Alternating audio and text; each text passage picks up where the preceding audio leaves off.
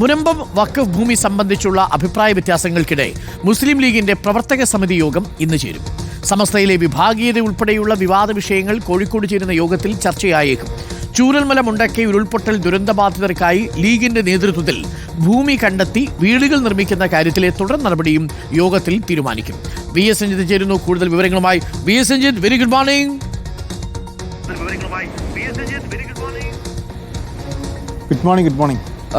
V S Ranjith Chardham ക്ഷേത്ര സന്ദർശനത്തിന് പോയിട്ടുണ്ടോ?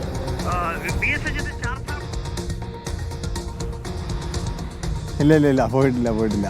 കുറേ കാലം കഴിഞ്ഞ് പോകണം കേട്ടോ വി എസ് രഞ്ജിത്ത്. ഇപ്പോൾ പോകാൻ ഞങ്ങൾ അനുവദിക്കില്ല. വി എസ് രഞ്ജിത്ത് പോയാൽ നമ്മുടെ കാര്യങ്ങൾ ബുദ്ധിമുട്ടാവും. അപ്പോൾ നമുക്ക് വാർത്തയിലേക്ക് എത്തിയാൽ, കോഴിക്കോട് ലീഗിൻ്റെ സംസ്ഥാന പ്രവർത്തക സമിതി യോഗം ചേരുകയാണ്.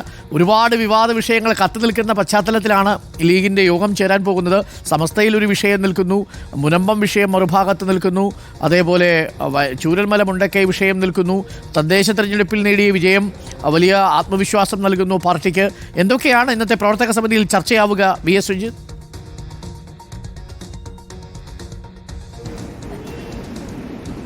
ഡോക്ടർ അരുൺ, ഈ പ്രവർത്തക സമിതി നേരത്തെ കുറഞ്ഞ അംഗങ്ങൾ മാത്രമുള്ള, ഭാരവാഹികൾ മാത്രമുള്ളൊരു സമിതിയായിരുന്നു. ഇപ്പോൾ അത് 200-ലധികം ആളുകളുള്ള സമിതിയാണ്. അപ്പോൾ വിശദമായൊരു ചർച്ചകൾ നടക്കുമോ എന്നറിയില്ല. എങ്കിൽ കൂടിയും പഞ്ചായത്ത് തിരഞ്ഞെടുപ്പാണ് അതിൻ്റെ പ്രധാനപ്പെട്ട അജണ്ട.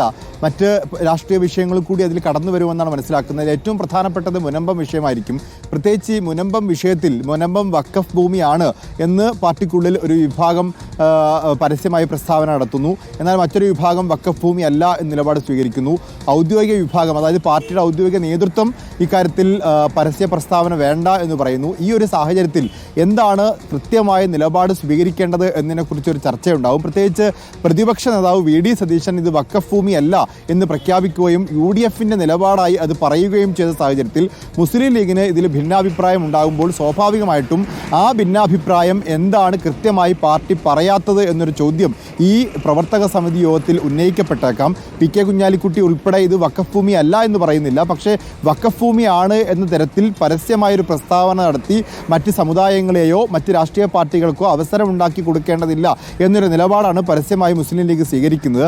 ഇക്കാര്യത്തിൽ അന്വേഷണ കമ്മീഷൻ വെച്ച സാഹചര്യത്തിൽ ആ അന്വേഷണ കമ്മീഷന്റെ റിപ്പോർട്ട് പുറത്തു വരട്ടെ, സർക്കാർ നടപടികൾ സ്വീകരിക്കട്ടെ, വഖഫ് ബോർഡ് അതിൽ തീരുമാനമെടുക്കട്ടെ എന്ന രീതിയിലുള്ള ഒരു നിലപാടാണ് ഇപ്പോൾ ലീഗ് പരസ്യമായി സ്വീകരിച്ചിട്ടുള്ളത്. അതിൽ നിന്ന് വ്യത്യസ്തമായി ഇത് വഖഫ് ഭൂമിയാണ് എന്ന മട്ടിൽ സമസ്ത നേതാക്കന്മാരൊക്കെ ഇപ്പോൾ പറയുന്ന മട്ടിലുള്ള, അല്ലെങ്കിൽ മറ്റ് രാഷ്ട്രീയ പ്രസ്ഥാനങ്ങൾ, മുസ്ലിം രാഷ്ട്രീയ പ്രസ്ഥാനങ്ങൾ പറയുന്ന മട്ടിലുള്ള ഒരു നിലപാടിലേക്ക് പോകേണ്ടതുണ്ടോ എന്നുള്ള തരത്തിലുള്ള ചർച്ചകളാണ് നടന്നുകൊണ്ടിരിക്കുന്നത്. അപ്പോൾ വഖഫ് വിഷയത്തിലും മുനമ്പം വിഷയത്തിലുമുള്ള ഈ ഭിന്നാഭിപ്രായങ്ങൾ അത് ചർച്ചയാക്കുക എന്നുള്ളതായിരിക്കും പ്രധാനമായിട്ടും ഇന്നത്തെ വിഷയം.